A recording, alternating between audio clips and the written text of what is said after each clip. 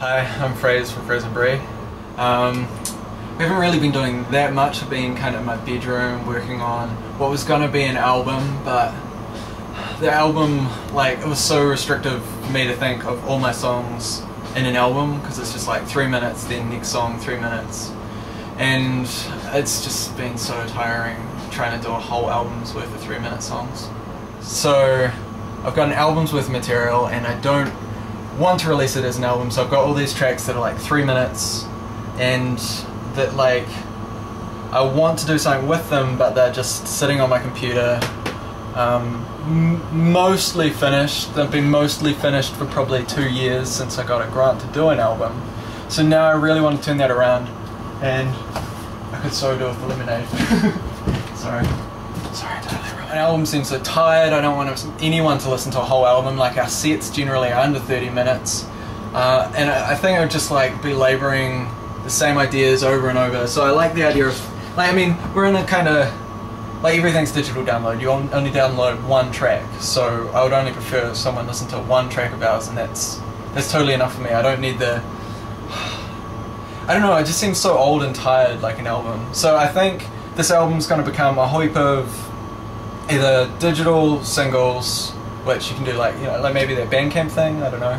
And then, but I want to release 7 inches again, like we did with 8 Hour Crush. So, I mean, pop music, like, it really, like, you listen to the radio and you'll, like, say, you'll get a copy of, like, Beyonce's new album, and because, you know, there's a couple of tracks on there that are kind of cool. But then when you get the album, you know that it's just a collection of singles, and some of those are going to be hit and miss, some of them are not going to work, but the rest of it's just filler. Like, it's just there on the off chance that one of the sort of ideas in there spins off for pop success. And but, like, as an album, like, it doesn't work. Like, you don't listen to it as an album, like, in a pop context. Like, maybe like Future Love Sex Sounds or whatever, Justin's, maybe that was like the last of that sort of thing, but even still, like, they were all the same idea, so it wasn't really a good album. But yeah, definitely when it comes to the, like, artifact of like a 12-inch with a song on each side and you got a dub mix on the other side, it has more intrinsic value. And then if you've got that, you can also have like a digital version of it, and which you'll use on your iPod and you'll keep using, and that doesn't have to cost much for the artist, particularly a poor artist. Not so poor, but, like, I don't want to have to compromise making music and a cup of coffee to, you know, like, I don't want to have to be a starving artist to produce music in an age when it's so fucking cheap to make music. Like, I brought Logic, I own Logic, I can make as much music as I want with that, and that's it, and then I can just upload it, and then I can just get revenue from it. Or I can upload it, sign some contracts, and it can be on television. You know, like, I don't need to sit there, invest all this money in this, like, petrol-produced bullshit that is like a little CD in a case that's gonna slowly reduce its price in Real Groovy until it's like $2, and someone picks it up and goes, oh man, this album's awesome, which, like, might have happened, but now, like, it's a lot easier for that person, rather than actually even bothering to spend $2, to get a copy of a song off the internet and then be like, shit, yeah, and then they see the artifact of the vinyl and they're like, yeah, I like that, and then they'll spend the money. Or, like, you can, and I don't even think piracy is such a big deal, because it's like great exposure. If like our track 8 Hour Crush was just out there forever and I can never make any money off it, like, that's totally cool, because I will eventually get revenue from that, and it's also promoting me. So, I don't know, like, if they started doing copy controlling in New Zealand, someone downloads my song, and then APRA come back to me and be like, oh, we've totally busted this guy, it's so good for you, it would be awful. Now, for an artist of my size, which is totally meager, the amount of money I probably get from APRA every year wouldn't even be $200.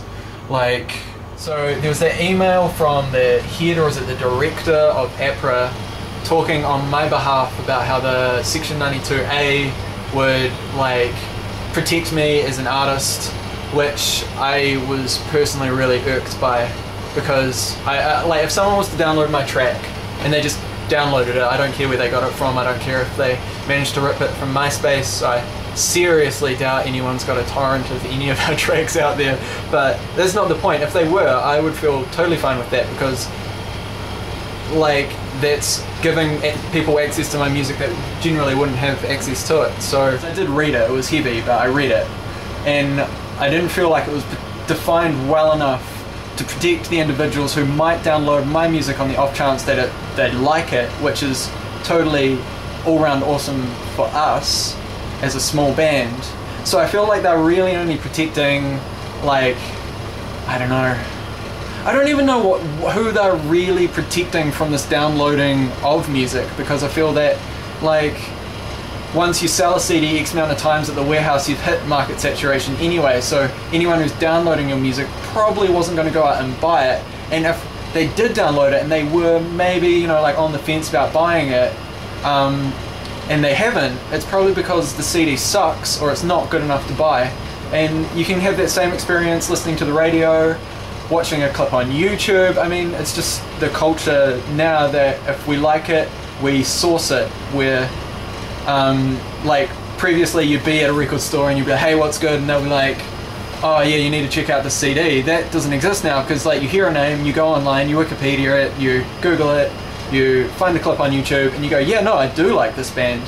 So at what point would the ISP cut that off and be like, you know what, you're now infringing on an artist's rights, where I think it's my right to have my music out there. You're watching Phrase from Phrase Bri, and this is Cheese on Toast TV. I just deleted our MySpace page because I don't know why, I just didn't like it anymore.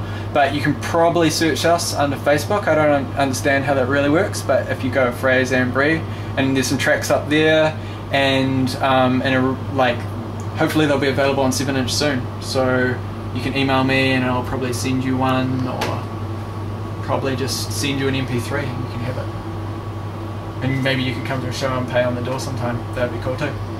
Okay, thanks.